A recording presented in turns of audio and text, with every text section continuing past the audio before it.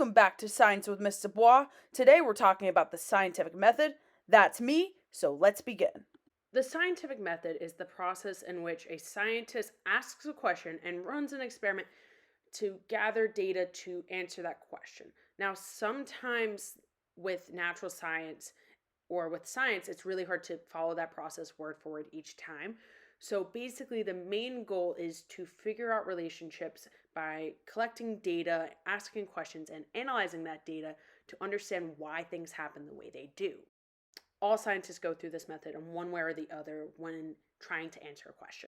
The scientific method is really a cycle. First, you start off this cycle by making an observation. And when you make that observation, your brain will naturally come up with questions about it. Eventually, you find a question that you really want to research, and then you make a question about it. And you do background research on it. You start to figure out what other people have done and or what you need to know to understand your question fully. And then you make a hypothesis on it. What do you think is going to happen, or what do you think the relationship between two things are?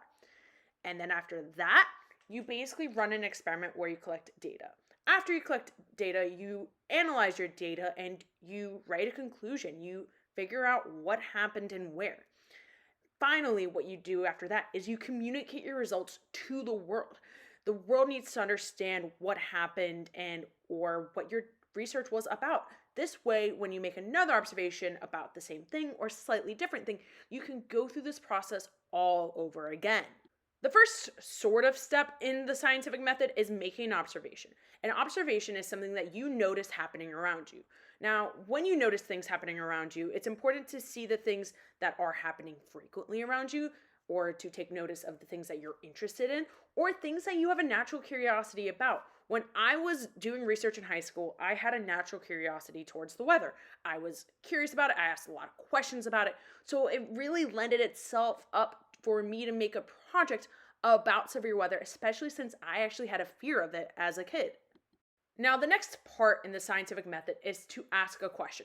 Ask a question using one of the 6 W's or how, and ask a question that you are going to be interested in for the next few weeks that you can measure and that you can get a couple of sources on, that a couple of other people have done some research on. The next step, or sort of step, is to conduct background research. This is where you find out about the mistakes that other scientists have made before you, and also you're going to identify keywords in your research that you need to explore more. This way you have a really good holistic understanding of the mistakes and the science behind it.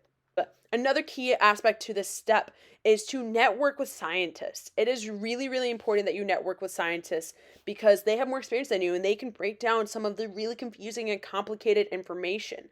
And it's just a really important aspect to this. So when I was doing research in high school, I ran my project on predicting tornadoes in the New York City metropolitan area. And basically, a lot of my background research consisted of what causes tornadoes, where do tornadoes form, where what are the conditions that cause tornadoes? And I really worked alongside that piece of stuff like that. And that's what helped me figure out where I wanted to take my research, and it helped me develop my hypothesis, which is the next step. This brings me to the sort of step 4. Basically, this is where you construct, write, make, craft a hypothesis. You are writing your educated guess about what you think the relationship between two things are. And it doesn't have to be right. But your hypothesis has to be measurable, and it has to be easily measurable, and it also has to consist of an independent and dependent variable, which I will explain in a little bit. Now, your hypothesis has to have an if-then statement. If I do this, then that will happen. That's what makes it an educated guess. And the independent and dependent variables will make a lot more sense when I explain it in a little bit as to where that fits into the hypothesis. Now, the hypothesis step has quite a few important definitions. The first important definition is independent variable. This is the thing that you, the scientist, are changing. This is the thing that you are going to focus on throughout your experiment. You are going to see if this causes a change in something else. So therefore, this has to be something that can easily be measurable and can easily create a possible change that is noticeable. And the way to find out if that change is noticeable or not is by picking an dependent variable. A dependent variable is the thing that you are going to measure to see if there is a significant change. That is the one piece of the experiment that you are going to see if the independent variable actually does anything. Now, the control variables, those are the things that stay the same and constant throughout the experiment. This is really important to have because if you don't have it, then you don't know what's causing the change and you don't really know if your experiment is or your hypothesis is right or wrong or is supported or not in a more scientific way. So where does all of this go? Your independent variable goes if I do this part, and then your dependent variable goes, then my guess will happen. That is where your dependent variable goes. The next sort of step is to run an experiment and collect data. This is a really, really fun step for a lot of scientists. Now, in order to do this step well, you have to run a fair test that can be repeated several times. It has to be a fair test and it has to be able to be repeated several times. This way you can see if your results are legitimate or not. This way you can see if your results are trustworthy and actually accurate. Now, for this step, you are going to need a detailed procedure. It has to be detailed because other scientists that do not know you at all have to be able to replicate it. This is imperative because this is how we can see if your hypothesis is truly supportable or not. Now, you are also going to need a table of some sort to collect your data quickly and efficiently.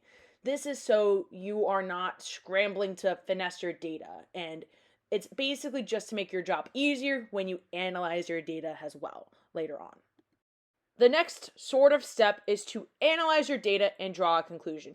This is where you are breaking down your data that you just collected by running your experiment, and you are going to see if the data actually supports your hypothesis or not. And this step consists of two smaller steps.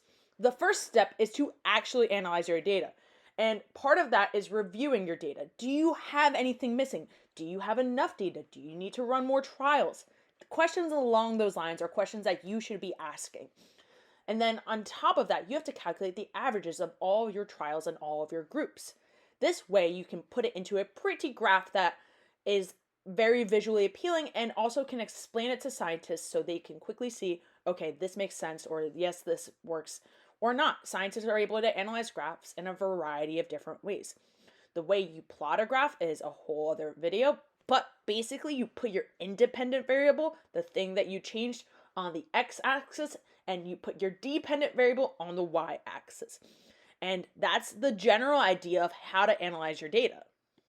The second part to analyzing your data and drawing a conclusion is to write a conclusion. A conclusion is basically where you summarize everything that happened in the experiment, and you state whether or not your hypothesis was supported by your data. Your conclusion should include 5 things. It should include your results and how your background research helps explain them, a clear statement about whether or not your hypothesis was supported, the relationship between the independent and dependent variable, what your procedure was and how effective or successful it was, and what you would change or study in the future. The next and final step in this process before you do it all over again is to communicate your results. And in this step, you put everything together into a final report and or fancy display. Your report and board should consist of everything we've discussed in this video plus an abstract. An abstract is a summary of your research that's given at the very beginning of your report. And basically, it's a quick synopsis of what you did and what your results show. It's to give a general idea to people about what they should expect when they read your research. And that's on the scientific method. Bye!